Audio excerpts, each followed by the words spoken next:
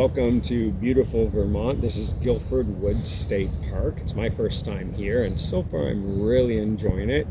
The morning was pretty nice. This afternoon is supposed to rain over the evening, but pretty prepared with this setup overall. This is the third trip with the iKamper, and it's really enjoyable having this setup for the ease that it goes up and how quickly you can, even in the rain, just set it up, get inside, be dry.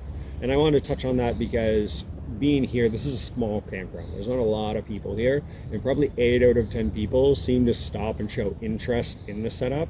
So that's showing that there is a lot more people that are interested in these. And if you didn't know, this setup can pretty much go on any vehicle. This can go in a small car.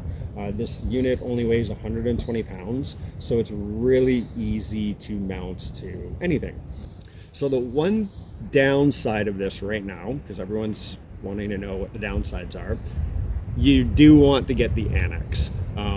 If you have a rainy day and you're stuck, it's kind of inconvenient getting out on the ladder in the rain, so having that annex would definitely be a bonus for being able to keep your shoes dry and just having that area that you have for dryness.